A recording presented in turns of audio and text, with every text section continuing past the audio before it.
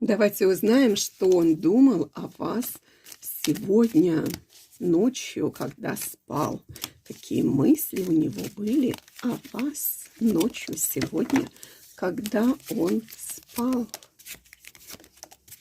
Ух, какие мысли. Смотрите, вот вы сами вышли у нас здесь, да, королева кубков. Думает о том, что нужно что-то менять в ваших отношениях, да, что, может быть, написать вам думает, приехать думает, и нужно уравновесить эти отношения, думает он.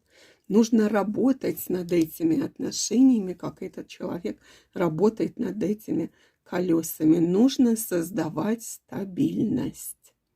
Так что пишите, комментируйте, как отозвался расклад. Кому нужно, приходите лично в WhatsApp, Telegram и можете сделать донат. Хорошего дня!